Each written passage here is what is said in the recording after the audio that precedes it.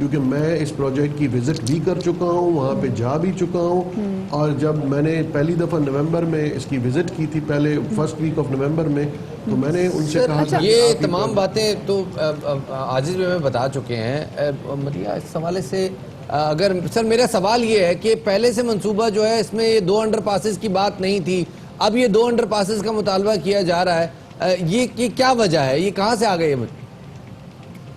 دیکھیں, ٹیکنیکل چیزیں جو ہوتی ہیں وہ یا تو آپ کو جس نے سروے کیا ہے, ڈیزائن کیا ہے, وہ بہتر بتا سکتا ہے, اور یا اس وقت جو سائٹ پہ کام چل رہا ہے, بہت سی چیزیں ایسی ہوتی ہیں جو جب کام اسٹارٹ ہوتا ہے تو اس کے بعد پتہ چلتا ہے کہ ہمیں کن کن چیزوں کی ضرورت ہے. یہ جو بڑے بڑے پروجیکٹس ہوتے ہیں, یہ کوئی 5, 10 یا 15 سال کے لیے نہیں ہوتے, یہ بہت بڑے ٹائم پیریڈ کے لیے ہوتے ہیں. اور گرین لائن جو ہے میجر آرٹری ہے, یہ جو ہم دوسرے ماس ٹرانزٹ کے پروجیکٹس بنا رہے ہیں, دوسرے پروجیکٹس بھی ہم لانچ کرنے جا رہے ہیں, لیکن ظاہر سی بات ہے یہ سارے پروجیکٹ ایک جگہ آگے انٹیگریٹڈ ملیں گے, ان کا ایک اسٹیشن بنے گا.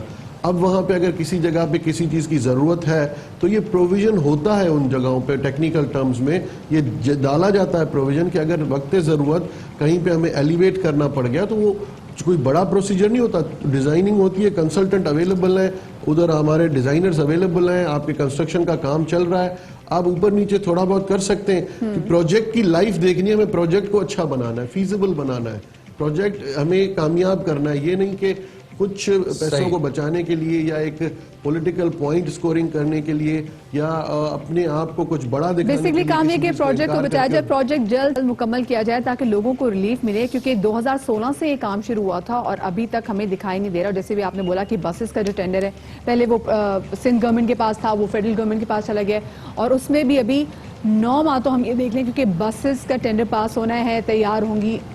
24 ارب روپے کا یہ پروجیکٹ تھا, 16 کو شروع ہوا اور جون 2017 میں اس کو مکمل ہونا تھا.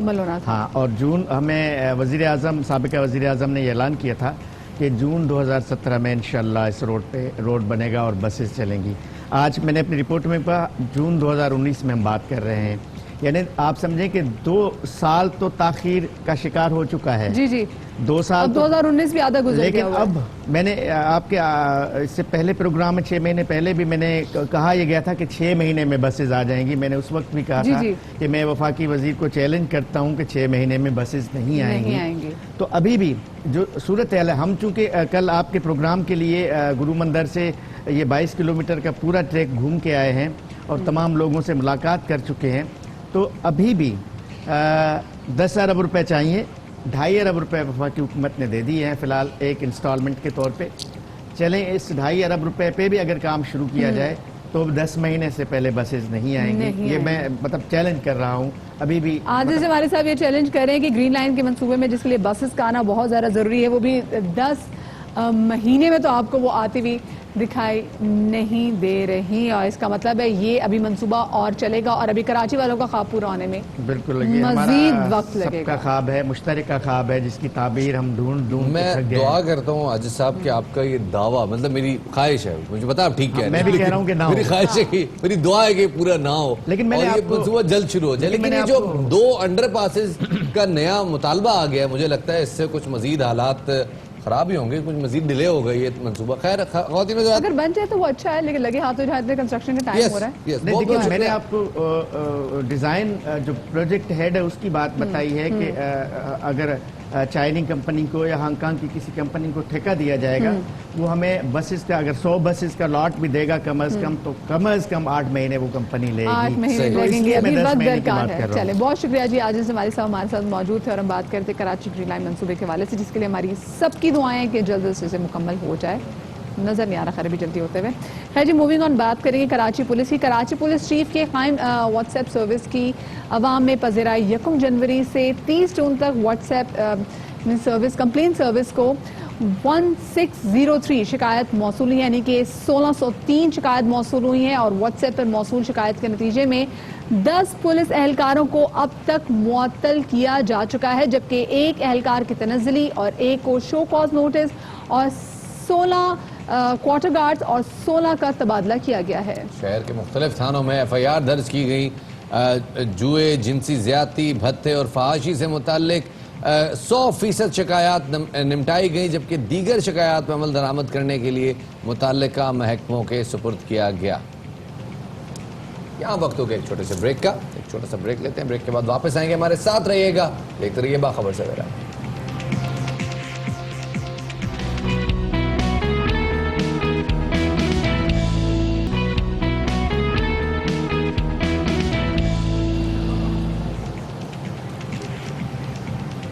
بریک کے بعد خوش آمدید کہتے ہیں آپ کو باخبر سویرا میں۔ رانا ثناء اللہ کی گرفتاری پر نون لیگ کا ہنگامی اجلاس ہوا، جس کے بعد میڈیا سے بات کرتے ہوئے شہباز شریف نے حکومت پہ تنقید کے خوب نشتر برسائے اور کہا کہ عمران خان نے ظالمانہ بجٹ اور اس کے خلاف ہڑتالوں سے توجہ ہٹانے کے لیے رانا ثناء اللہ خان کی گرفتاری کرائی۔ ساتھ ہی متوالوں کی وزیر اعظم سے ملاقات پر بھی بات کی اور کہا کہ وفاداریاں بدلنے کا سوچنے والے ارکان اسمبلی کے معاملے پر کمیٹی بنے گی اور انہیں نوٹسز جاری کی ہدایت کر دی گئی ہے۔ اجلاس میں فیصلہ کیا گیا کہ اس کے خلاف بھرپور قانونی چارہ کی جائے گی اور حکومت کے ہر طرح کے ہتھ کنڈوں کا ڈٹ کر مقابلہ کیا جائے گا۔ ثناء اللہ صاحب کی جو گرفتاری ہے یہ عمران خان نیازی کا بدترین حزب مخالف افراد کے خلاف بدترین جبر، ظلم، زیادتی اور ناانصافی ہے۔ میں سمجھتا ہوں کہ یہ کس نے مخبری کی کہ ان کی گاڑی میں 15 کلو منشیات تھیں، خود عمران خان نیازی اس کا مخبر ہے۔ 11 مہینوں میں انہوں نے پاکستان کی معیشت کو تباہ کر دیا ہے۔ عمران خان نیازی نے اس سے توجہ ہٹانے کے لیے رانا ثناء اللہ کے خلاف یہ مذموم کارروائی کی ہے۔ اسی حوالے سے بات کرنے کے لیے ہمارے ساتھ موجود ہیں نون لیگ سے ممبر آف نیشنل اسمبلی محترمہ مائزہ حمید صاحبہ۔ بہت شکریہ مائزہ ہمیں وقت دینے کے لیے۔ یہ بتائیے گا کہ آپ نون لیگ کی طرف سے موقف سامنے آ رہا ہے کہ رانا ثناء اللہ صاحب کی گرفتاری جو ہے یہ ٹیکس اور بجٹ اور دیگر معاملات سے توجہ ہٹانے کے لیے ہے، کیسے بنتا ہے یہ موقف، کیسے جسٹیفائی کرتی ہیں آپ اس موقف کو؟ دیکھیں، اس کو جسٹیفیکیشن کی ضرورت نہیں ہے، آپ کے سامنے ہے۔ اپوزیشن کے 11 ارکان کو یکے بعد دیگرے جو ہے وہ پولیٹیکل وکٹمائزیشن کا نشانہ بنایا جا رہا ہے۔ اور یہ جو آخری کیس ہے، یہ والا ابھی جو لیٹسٹ کیس آیا ہے جس میں رانا ثناء اللہ کی گرفتاری کی بات آتی ہے، تو اس پہ بہت سے سوالات اٹھتے ہیں۔ یہ سوالات اس لیے اٹھتے ہیں کیونکہ آپ کو ایک جو سٹنگ نیشنل اسمبلی کا ممبر ہے وہ بار بار آن ریکارڈ کہہ رہا ہے کہ میری گرفتاری ہونے والی ہے۔ سیکنڈ، گرفتاری میں یہ کہا جا رہا ہے، ایف آئی آر میں یہ کہا جا رہا ہے کہ آپ رانا ثناء اللہ صاحب نے خود بتایا کہ میرے پاس ہیروئن ہے اور انہوں نے جو ہے بیگ کو خود کھولا اور وہ ہیروئن جو ہے وہ اے این ایف والوں نے جو ہے وہ اپنے ہاتھ میں لے لی۔ اب بات یہ ہے کہ دیکھیں، یہ کوئی فلمی سٹوری بھی اگر بنائی جائے تو اس کو جو ہے بلیویبل نہیں سمجھا جا سکتا۔ آپ خود سوچیں کہ موقف کیا ہے، یہ تو وہ تفصیلات ہیں جو ہمارے پاس سامنے آ رہی ہیں، لیکن آپ کے علم میں ہوگا کہ یہ تفصیلات بھی سامنے آ رہی ہیں کہ یہ تحقیقات 3 مہینے سے چل رہی تھی۔ اس پہ اس حوالے سے فیصل آباد سے ایئرپورٹ سے 2 افراد کو گرفتار کیا گیا، اس سے پہلے کچھ افراد کو لاہور سے گرفتار کیا گیا۔ اب جب یہ ایف آئی آر بنی ہے اور گاڑی پہ چھاپا پڑا ہے اور چھاپے میں سے برآمد ہو گئی ہے، تو نون لیگ کا کیا موقف ہے کہ یہ سارے کا سارا ایک ڈرامہ ہے یا یہ منشیات وہاں تھی نہیں یا پورے کا پورا مقدمہ جھوٹا ہے؟ یہ ڈرامہ نہیں ہے، یہ فلم چل رہی ہے جی۔ ڈرامہ تو چلو شاید تھوڑا بہت ریئلسٹک ہو، یہ فلم بھی نہیں ہے۔ یہ تو پتہ نہیں، مجھے نہیں سمجھ آ رہا اس کا ڈائریکٹر کون ہے، اس کو سمجھ نہیں ہے کہ آپ جب کسی کو پکڑتے ہیں تو اس کے لیے جو ہے آپ کے پاس وٹنسز ہونے چاہیے۔ دیر از اے تھنگ کالڈ جس کو لا میں کہتے ہیں کہ justice should be seen to be have done. تو اب جسٹس تو ہوتا ہوا نظر نہیں آیا نا، نہ کوئی اگر آپ کو اتنا تھا کہ آپ نے ہیروئن پکڑی ہے تو آپ وہاں سے موٹر جو بھی لوگ جہاں سڑک پہ لوگ تھے ان کو وٹنس بنا کے دکھاتے کہ 20 کلو یا پتہ نہیں کتنے کلو ہیروئن جو ہے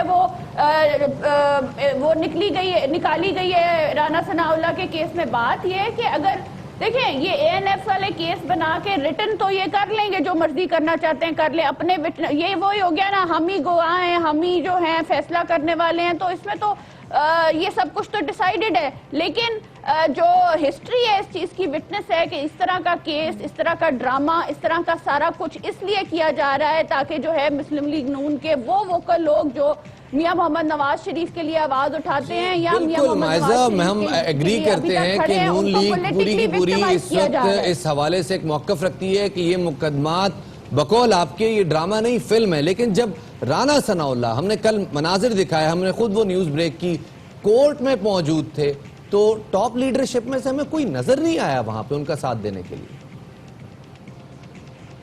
دیکھیں مقامی اور سارے پولیٹیکل ورکرز جس طرح وہاں پہ تھے اور جس طرح ان کو ان کے ساتھ بہیو کیا گیا، جس طرح ان کو باہر نکالا گیا، وہاں پہ لیڈرشپ خود رانا ثناء اللہ صاحب نہیں لگتا مائزہ، ابھی تو آپ نے بولا کہ مقامی وہاں پہ کارکن موجود تھے، مریم نواز شریف صاحبہ کا ٹویٹ آیا جس میں انہوں نے کہا کہ ہمیں پتا ہے کہ عمران خان صاحب نے یہ سارا جو ہے کام کیا ہے اور انہوں نے وکٹمائز کیا ہے ہمارے ممبر نیشنل اسمبلی کو، رانا ثناء اللہ کو. شہباز شریف صاحب کی سٹیٹمنٹ آئی جس میں انہوں نے یہ کہا گیا کہ یہ جو سارا کچھ کیا جا رہا ہے یہ ظلم ہے. یہ سارا لیڈرشپ کی بات نہیں ہے، لیڈرشپ کے ساتھ ہونے کی بات نہیں ہے. آپ اس چیز پہ فوکس کریں کہ اگر کوئی احتجاج کرتا ہے تو میڈیا کو بند کر دیا جاتا ہے، اگر کوئی انٹرویو دینا چاہتا ہے تو میڈیا کا اس پروگرام کو بند کر دیا جاتا ہے. اگر کوئی یہ دکھانا چاہے، یہ پتہ کرنا چاہے کہ جی اصل میں ایف آئی آر میں کیا ہے، بھائی ایف آئی آر تو دیکھو، ایف آئی آر میں لکھا کیا ہوا ہے. یہ تو مذاق خیز چیز ہے جو ایف آئی آر میں لکھی ہوئی ہے. آپ کسی کے ساتھ ظلم کرنا چاہتے ہیں تو آپ ویسے ہتکڑیاں ڈال کے جیل میں ڈال دیں. اب میں آپ سے یہ سوال پوچھتی ہوں، نواز شریف صاحب کا کھانا گھر سے جاتا تھا، اس سے جو ہے جیل کی اتھارٹیز کو کیا تکلیف تھی؟ بالکل یہ ایک سوال بنتا ہے. بالکل لیکن کل مائزہ آپ نے سنا ہوگا کہ کل شہباز گل صاحب نے آ کے پریس کانفرنس بھی کیا اور انہوں نے بتا بھی دیا کہ جو ان کو جو کھانا بھی گھر سے آتا تھا تو وہ کھانا کیا تھا. انہوں نے بولا کہ پالک گوشت بھی آ رہا ہے، ہریسہ بھی آ رہا ہے، بہت ساری چیزیں آ رہی ہیں.